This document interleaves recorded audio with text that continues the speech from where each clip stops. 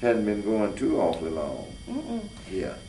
It's, I mean, you know, maybe 40 years, 50 years, I say it's been out. Where did you go, was there a local movie house that you guys went to pretty regularly?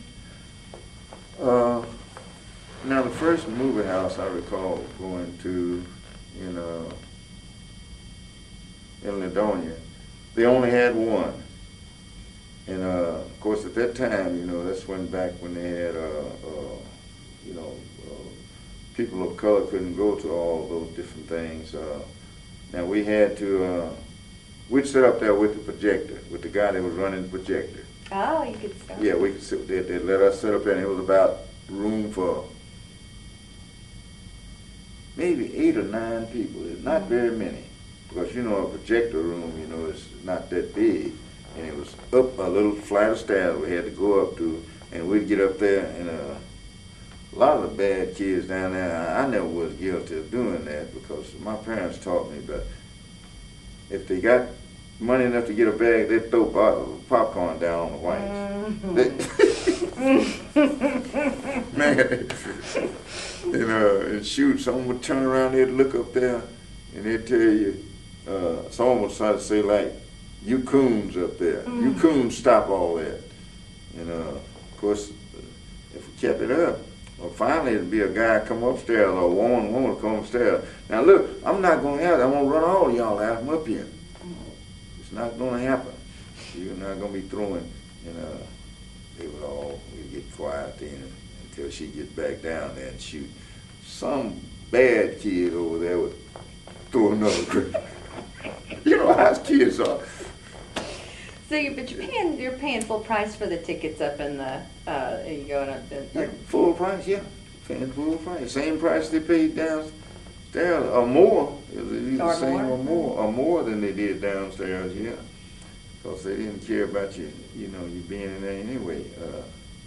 And there was some things, now like, I never did, never was able to, I didn't know nobody that was able to go to a soda fountain and get you, get none of that stuff that you see them with. You couldn't, I mean, you couldn't get it at the counter. Now you could go around to the side down there, and they would probably make you something other if you wanted to. But I never did have the money, but my folks was poor, see. So I never did have the money really to go around and do it. I say they were poor, but they just taught me that there's some things you just didn't need. It weren't good for you, you know. You just didn't need it. Now, because my old man did, he would give me money because he gambled with other people around there in the community during that time, and cards or playing cards, yeah, poker, and he would tell me, says I'd ask him for 50 cents, and he said, and of course the lady that raised me, she said, he don't need no 50 cents. He said, oh, I'll let that boy. I said, go back there and get my box there. Says, she'll tell me where it was at. Said, go back there and get your 50 cents out of there. Said, is that all you need? She said, don't ask him if that's all you need. Don't wasting all that money like that. You know. So I'd go back there. You know, I'd get 50 cents out of there. Of course, shoot, he had stacks of greenback dollar bills, and sometimes some $5 bills in there. And but I never would mess with none of his money. And he knew. I knew better, and he didn't think that I would. And I never did. I never did take no more than what he would tell me to take. Sounds like he was a pretty good gambler. Oh yeah, now he was. Yeah. He was a good gambler. Yeah, he was a good gambler. And I would sit there at night a lot of times until around about one something, until my mom would wake up and see that I was in there. Boy, get in there and get to bed. I'd have to go to bed then, but then I'd sit right up there beside him, watching him play, you know, looking at his hand, watching him play. 'Cause I like to see him holler. He'd sit up there, and a guy, he done put some money in the pot there, more than what he was standing. He's finally he would take it, boy. And it turned his hand in. And they called him Big Tom. Mm. And and after he passed away, of course I was in West Texas when he passed. I'd gotten married, and I was in West Texas when he passed away. And it used to be another guy that used to gamble with him there. He was well, he was pretty old then. I say he was around about 35 or 40 years old at that time. The kid thinks that's old, yeah. Yeah, and that was old to me for him, you know. And, of course, my daddy was he was 86. Yeah, my dad was 86 years old, and as far as I know, his eyesight he never had no eyesight problem. Wow. And shoot, yeah, I'm just 76 and can't hardly see nothing. Yeah, but he never did have no eye problem. But I would that old guy would tell me when he see me somewhere coming down the street there. He did for a long time back when that was back before I ever went into service, before I went into the Air Force. We used to go to West Texas and pull cotton and save our money until March. You know, we'd have to make it until March. We'd come back around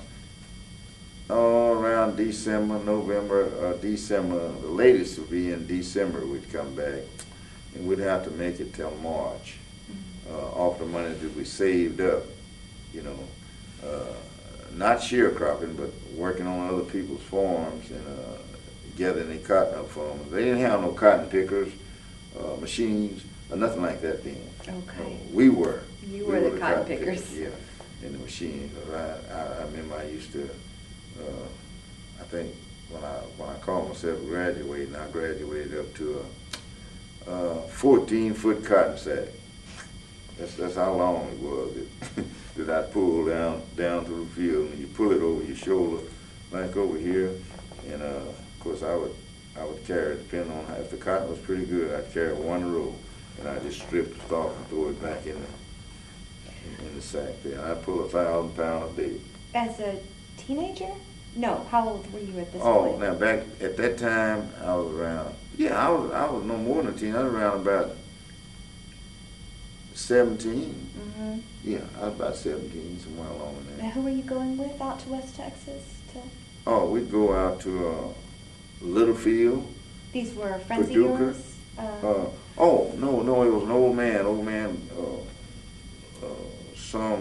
son Patsy, they called him. He was an older man, and he had an old 30, what was it, 36?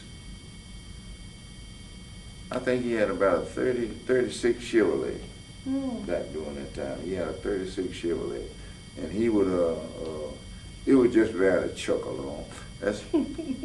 But, you know, we'd chuck along there around about no more than 30 miles an hour, all the way from Ladonia over there, up through Gainesville, Wichita Falls, and all that, way on out there into Paducah. In that thing, and believe it or not, he would talk or brag on it. He was talking about, boy, she's running now. We're doing about 30 miles an hour. Yeah, we were doing about 30 miles an hour. And of course, he had a trailer behind it.